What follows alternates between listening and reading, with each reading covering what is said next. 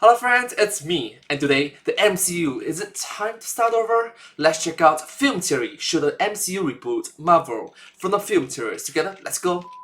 Marvel's in trouble. This once untouchable titan of a franchise has fallen to its knees in recent years, and it's gotten people wondering, should the MCU just scrap it all and reboot? Well, today, I have the answer, and that answer is us, these theory channels. Marvel needs to run more like us. Settle in as we give Mickey Mouse a speedrun lesson on the art of running a content business. Film theory teaching you how to... Hello, Internet! Welcome to Film Theory, where movie business. Today, it's time to show how a scrappy bunch of YouTubers are smarter than entertainment's biggest brand. So, Hello Internet, welcome to Film Theory! I don't think it's a controversial take when I say that Marvel's really struggling right now. Box office returns and Disney Plus viewership are in the tank, and there's really no sign of it turning around. The recently concluded Loki premiered to 40% lower watch minutes and a fifth of the online chatter when compared to season 1. And that's pretty bad considering the show before that, Secret Invasion, had the second worst numbers of any MCU Disney Plus series. In fact, release after release after release has seen a decline in overall viewership for the MCU extensions happening over on Disney. Yeah, Miss Marvel's didn't perform well, Secret Invasion was a huge disappointment, and She-Hulk is bad. Plus, but what's more concerning are the films. Multiverse of Madness, disappointment. It's kind of a disappointment indeed. Love and Thunder, disappointment. No, Thor Love and Thunder is good, but it doesn't live up to our expectations, so disappointment as well. Quantumania, huge disappointment. And while it's a huge, huge disappointment and it's Quantumania. the numbers are still coming in as I write this, The Marvels is headed for the lowest opening of any MCU project ever. And that's including the Hulk movie from way back before this whole thing even got off the ground. Early data for The Marvels is comparing it to the performance of The Flash. Let's just say that you do not want to be compared to the box office performance of The Flash. In short, Well, okay, so after Me from the Future, this video came out last year, 2023, Me from the Future 2024 is saying that, yeah, NetPad makes a very good point. These two movies are being compared with each other on how bad it is. Yeah. things are not looking so hot for this once untouchable franchise, and it's gotten a lot of people to start asking, is it time for the MCU to reboot? And really, is this even that surprising a question to ask? Quality of the output aside, the MCU is very long in the tooth at this point, especially when you're talking about a film franchise. Whether it's a soft reboot with a fresh creative team, a hard reboot where they start from scratch, or some mix of both, movie series don't go on this long without some sort of fresh coat of paint. Talks have even gotten so serious that rumors are now spreading that they're considering bringing both Robert Downey Jr. and Chris Evans back to reprise their roles in a desperate bid to bring audiences back to the franchise. How? Captain America is old, Robert Downey Jr. Tony Stark is dead. Both of them can't come back. If you want to use time machine to bring them back, it loses their values as being superheroes. It loses their value. But here's the thing, after looking deep into the problems that Marvel's facing right now, I'm convinced that a reboot would be the single worst idea that they could do at this point. So today, friends, I'm gonna be taking a deep, hard look at Marvel Studios and how they've been handling their cinematic universe, and then give them some advice on how they can right the ship. Because the answers that they're looking for right now are actually a lot closer than they expect. They're right here, on this channel. A few months ago, I gave Disney a free consulting session on how our YouTube business can fix their movie business, and it looks like it's time for another session, covering a brand new slate of topics. Bob Iger, you and your shareholders might want to start taking notes, or you could always just invest those billions of dollars over here to a team who actually knows what they're doing. So grab your popcorns for this one, friends, because let's be honest, you're not going to be eating it in theaters watching the Marvels this weekend. And let's dunk on Disney just a little bit, shall we? So the issues that Marvel's facing right now can really boil down into three main buckets: person centricity, programming cadence, and audience trust. So let's just take them point by point and see where we can fix things, shall we? Main problem number one, person centricity. Basically what this means is that there's one person in the company who is way too important for the business to be growing sustainably. You see, despite some corporate meddling here and there, the way Marvel Studios is operated has come down to what Kevin Feige decides is best. It's either his way or the highway, with all the decisions ultimately funneling up to him. And this is true at all points in Marvel's production. Several writers and directors like Edgar Wright and Scott Derrickson left their projects due to creative differences with Feige. Other directors like Nia DaCosta admitted that they didn't have any creative control over their work. All of this was an intentional structural structural decision. Feige was frustrated by the lack of control that Marvel had over their projects pre-MCU, quoted as saying, "We suggested, but they didn't listen. We didn't have control. I hated that." And you know what? For a while, this structure worked. There are a lot of advantages to this sort of arrangement. When you have a figurehead like this, you have a consistent guiding force. The person gathers a lot of institutional knowledge and makes sure that everything's focused in the right direction because it's their sole creative decision. They and the brand are united as one, which makes But it's a very double-edged sword. It's a very sharp double-edged sword. What if the person is sick? What if the person is MIA? What if the person is being stretched too thin? The person only has 24 hours per day, and you are expecting him to take on more and more loads. sure that everything feels cohesive. And when the MCU was running at a much smaller scale, just a couple films a year all leading to a giant crossover, having that sort of singular vision worked. And when you think about it, this is actually the same model that most YouTube businesses start off with. There's one central figurehead that's the centerpiece for the brand, the one responsible for making all the decisions. For Mr. Beast, it's Jimmy. For Mythical, it's Rhett and Link. For MKBHD, that's Marquez. And for all of us here at Theorist, it's me. And off MadPats! But you're retired, bro. You're retired. Oftentimes, everything gets funneled up through the company to these central figures who then is responsible for making the decisions. And just like with Kevin Feige, there's a lot of efficiency in that process because these people know their brand, they know the content, they know their community better than anyone else. Oh, this worked really well for our thumbnails 2 years ago. People didn't really care for the episodes when we scripted it this way. Oh, this is the best way to do brand deals, trust me. I've been doing it for 5 years, and we've already done an episode like this, we just did it, 10 years ago. But as you might imagine, there are a lot of negatives when you're working with that sort of structure. Yeah, MadPats. I like it that MadPats highlight both the ups and the downs of having one person being essential. It's like, hey, there's a lot of good in it, but there's also a lot of bad in it. Like, it's a huge double-edged sword. A very sharp double-edged sword. Things can become stagnant without other fresh voices coming in with new ideas. And as the company grows, that person's time becomes more and more split, and quality starts to dip without some sort of strong guiding hand at the helm. See, as I mentioned before, the person only has 24 hours in a single day, and you want him to...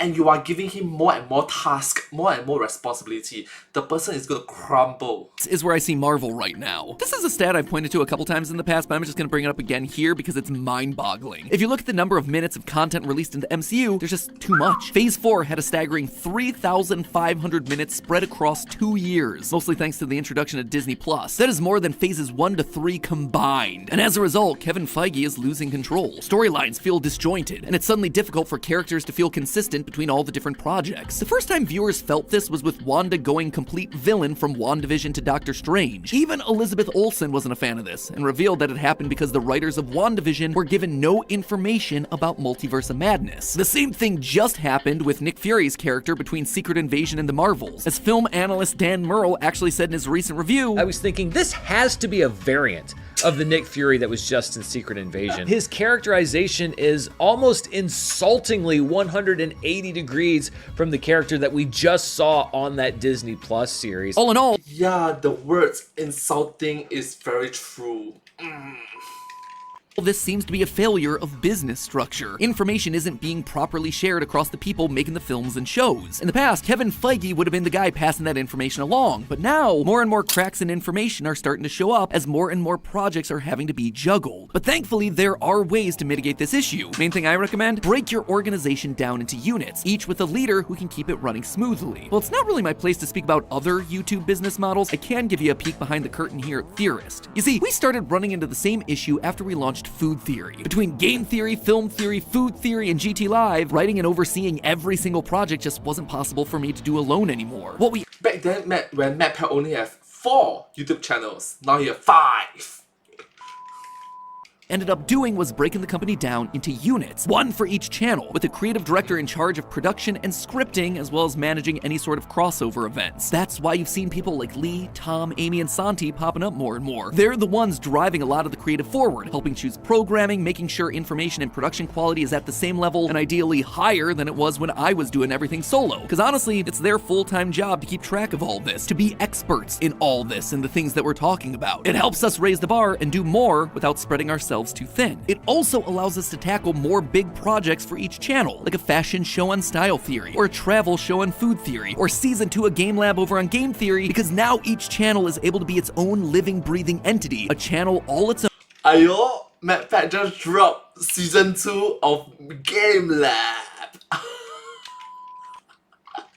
With its own brain in the mode of a creative director, rather than me having to divide my limited time and resources like some sort of parent trying to decide which child gets my attention next. It also lets us start new initiatives much more easily, like social media and podcasts. Speaking of, we actually did just launch an audio podcast version of Film Theory over on Spotify. If you want to listen to Film Theory on the go, that right there, that is the best place to do it. We have a ton of our episodes already up there, including some of our Marvel theories like Thanos was right, or whether Thanos was worthy. Honestly, I'm just a fan of Thanos over here. We also have some certified Film Theory classics in there, like our Disney death count. Which Disney movie has the highest death toll? Listen to that one and you'll find out. Regardless, if you're an audio listener and want some Film Theory hits to have on the go, check out the audio version of Film Theory over on Spotify. Link is down in the description. Anyway, this is exactly what Marvel needs to do as a good first step towards righting their ship. Break things down into more manageable sections. Marvel Street Level, Marvel Cosmic, Marvel Magic and Horror, whatever it is. Each with a trusted producer keeping tabs on those characters and then communicating with the other producers when those characters get shared. Then all of that can get run up the chain to Feige for final approval, or any sort of specific notes that he might have. Interestingly, this is actually something that Marvel flirted with in the past and seemed to be doing again. Before they fired him, James Gunn was set up to be the guy in charge of the cosmic side of Marvel Studios. That never happened. It seems though like they might be trying again, as the company just launched a new Marvel Spotlight banner, meant to focus on street-level characters that don't need a bunch of homework to understand. No word yet on if there's a specific producer shepherding Spotlight to get some of that work off Feige's plate, but hey, it's a start. In the short term,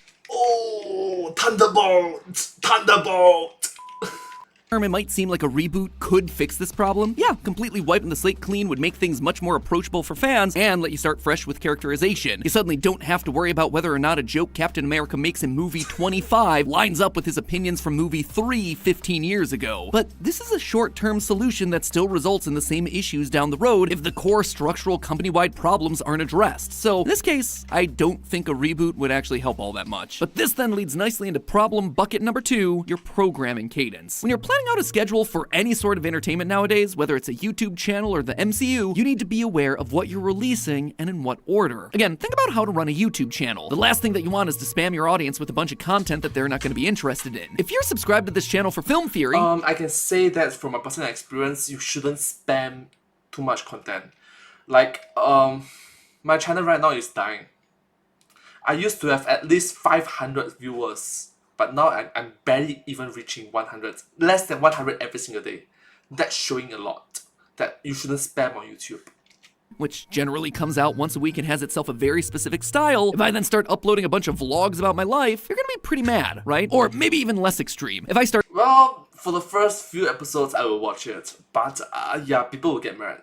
uploading movie reviews, or Easter egg breakdowns, or interviews with celebrities. Sure, some of you might like some of those because it's still film related, but it's not the show that you signed up for. I'm spamming most of your feeds with stuff that isn't gonna be interesting to you, and bit by bit, you're gonna start checking in on us less and less frequently. Even within film theory itself, that's why we have to be so careful about episode selection. We like to cover everything on this channel, whether it's a big blockbuster film in cinemas to an undiscovered indie series on YouTube. But obviously not everyone who watches a Paw Patrol video are then gonna hop on over to our videos on the back rooms. So within our programming, we have to be careful of delivering you the episodes that you're most excited about, while also interspersing in things that we think are cool and might end up being your new favorite franchise that we cover. This tricky balancing act of programming is actually why it's so hard to find variety channels on YouTube anymore. It's easiest to just have one channel do one format on one specific thing, or have one person be the connective thread on each and every video all the time, because that's what works easiest for audiences, and also that's what works for the algorithms. And hey, Marvel used to be the king of programming. When Guardians of the Galaxy was first announced, people thought it was gonna be Marvel's first flop, and for good reason. On paper, it should have been an absolute failure. They were a bunch of D-listers, and they were weird, but Marvel intelligently worked them into their schedule between a Captain America movie and an Avengers movie. That way it could soften any bad performance blow. Couple that with a solid script, So even though the first movie wasn't that good in comparison,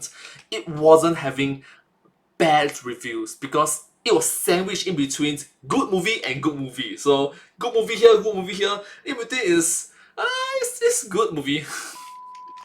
And you know what? That movie was a hit, and now everyone loves the Guardians. Captain Marvel, roughly the same deal. A new character that they hope to do big things with moving forward, getting sandwiched between two of the biggest movies of all time. And financially, it worked, with a fairly mediocre origin movie delivering $1 billion box office smash and introducing a recognizable, if not all that beloved, new character into the roster. And if But they fail to recognize that this sort of miracle only occurs if it's sandwiched in between two good movies, perfect movies, excellent movies. If you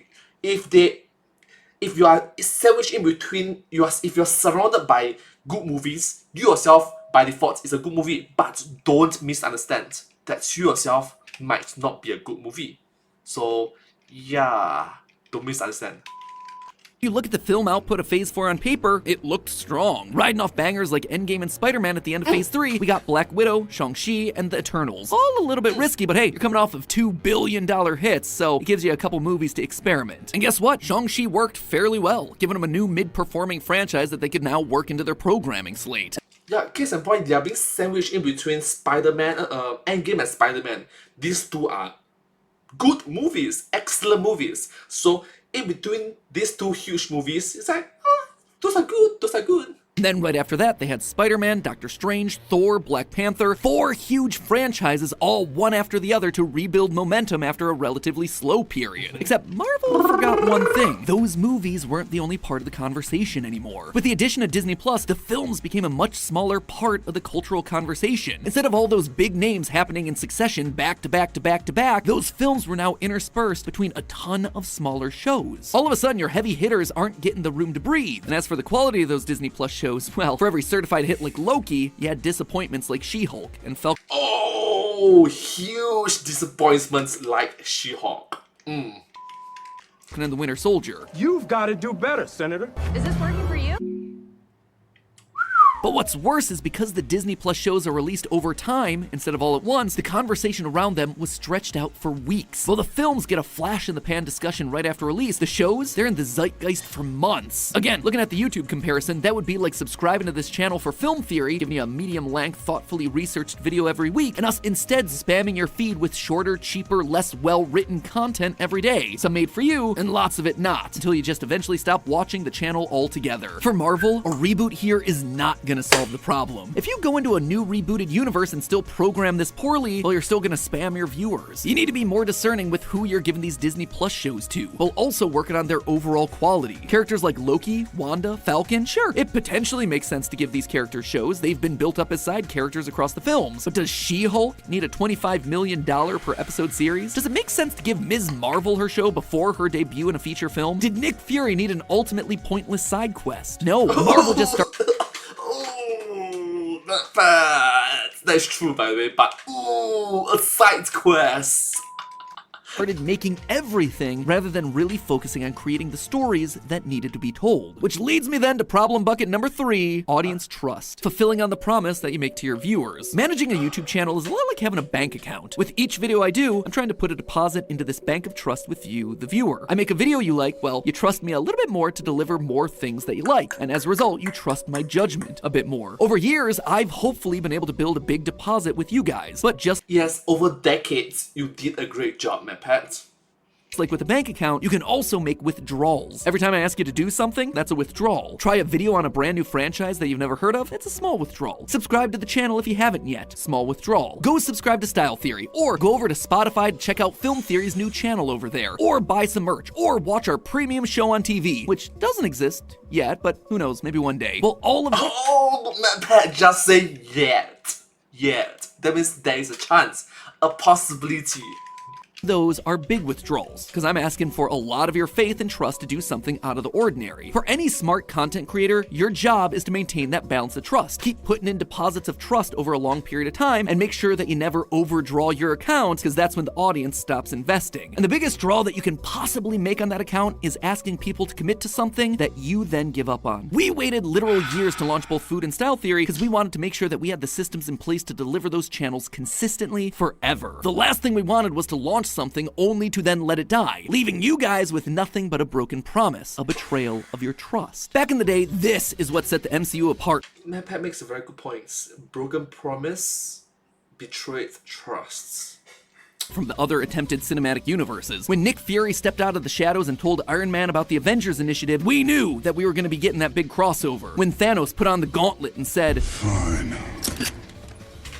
I'll do it myself. we knew that it was going to pay off, and relatively soon. Even small things like, I can do this all day. is a deposit of trust because it shows an internal consistent logic of character that rewards all the long-term fans of the franchise. But these days, because there's new Marvel content basically every single week and it's all from such random corners of the MCU, there's been no follow-through with so many of the things that they've teased. That trust is broken. There are too many loose ends that have been left unresolved. There's a giant celestial in the ocean that literally no one cares about. Moon Knight had the entire world see an accelerated day-night cycle that's never mentioned again. The Young Avengers have been teased for so long that really, who even cares anymore? Team up or don't, I just don't care. Just move on. And that's just a fraction of the ones that come to mind. From small characters like the Black Knight to huge issues like how the multiverse feels like it functions differently in almost every new project, these things are breaks in the audience's trust that tells us, well, if Marvel didn't care enough to get it right, why should we? And even when they do explore the exciting— That makes a very good point.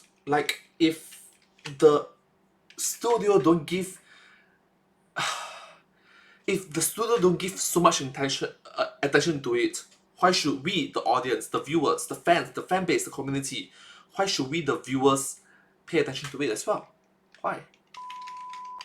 concepts they introduce, it's underwhelming. I don't think anything epitomizes this more than the multiverse. Sure, some of It is indeed very underwhelming. it's been cool. We got glimpses of it with Loki and No Way Home, but most of it just didn't land. Remember the hype online when it looked like they were about to bring in Quicksilver from the Fox movies, and then the payoff was just a bad joke? Ralph Boner? Boner.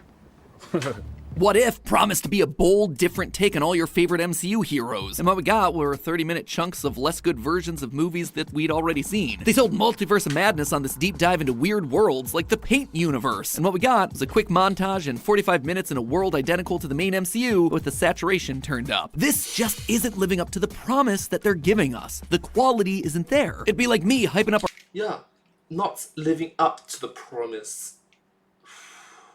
our new apparel is the best stuff ever, only for you to get it and then it be nothing more than just a run-of-the-mill t-shirt. That's why we put so much care into the stuff that we put out. Because when you click on a video or buy a jacket or subscribe to a new channel, we want you to know that your trust hasn't been misplaced, that it's been worth it. And rebooting the MCU right now might be the single worst decision that they could possibly make to tackle that problem. It would cause far more harm than good because it would basically tell us that everything that we've spent time waiting for has been for nothing. Were you excited to see Sam Wilson tackle what it means to be Captain America? For the next generation of heroes to finally take on the mantle of the Avengers? For Blade to fight some vampires? A reboot would basically say, yeah, too bad, and make you feel stupid for wanting those things in the first place. And the downfall of the company.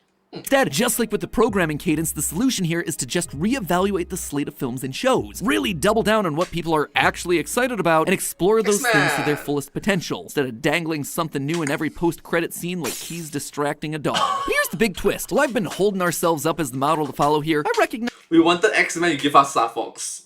Seriously?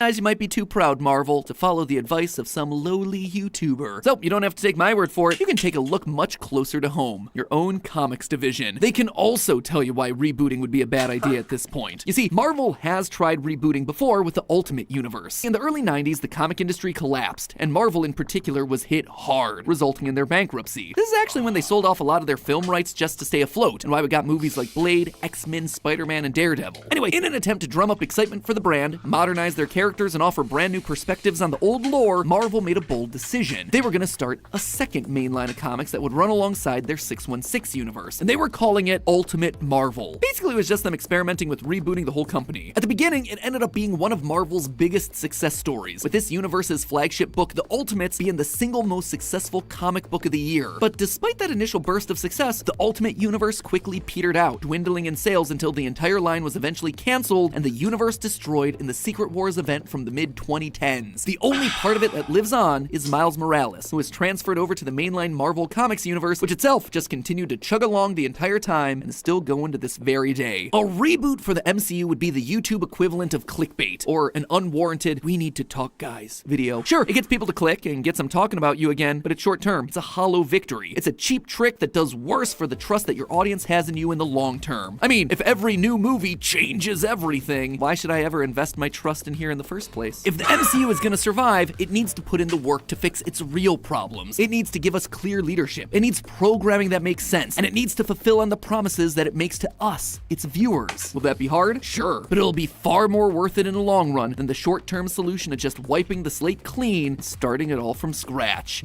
Matt Penn makes a very good point. It's difficult, but it pays off very well.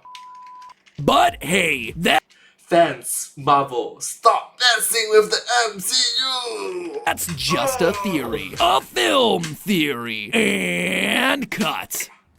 Thank you so much for watching this video. I think that Matt Penn makes a very good points. Makes a lot of good points that's, hey, we can learn from this. Me being a content creator, MCU Studios learning, collectively speaking, we can benefit from it.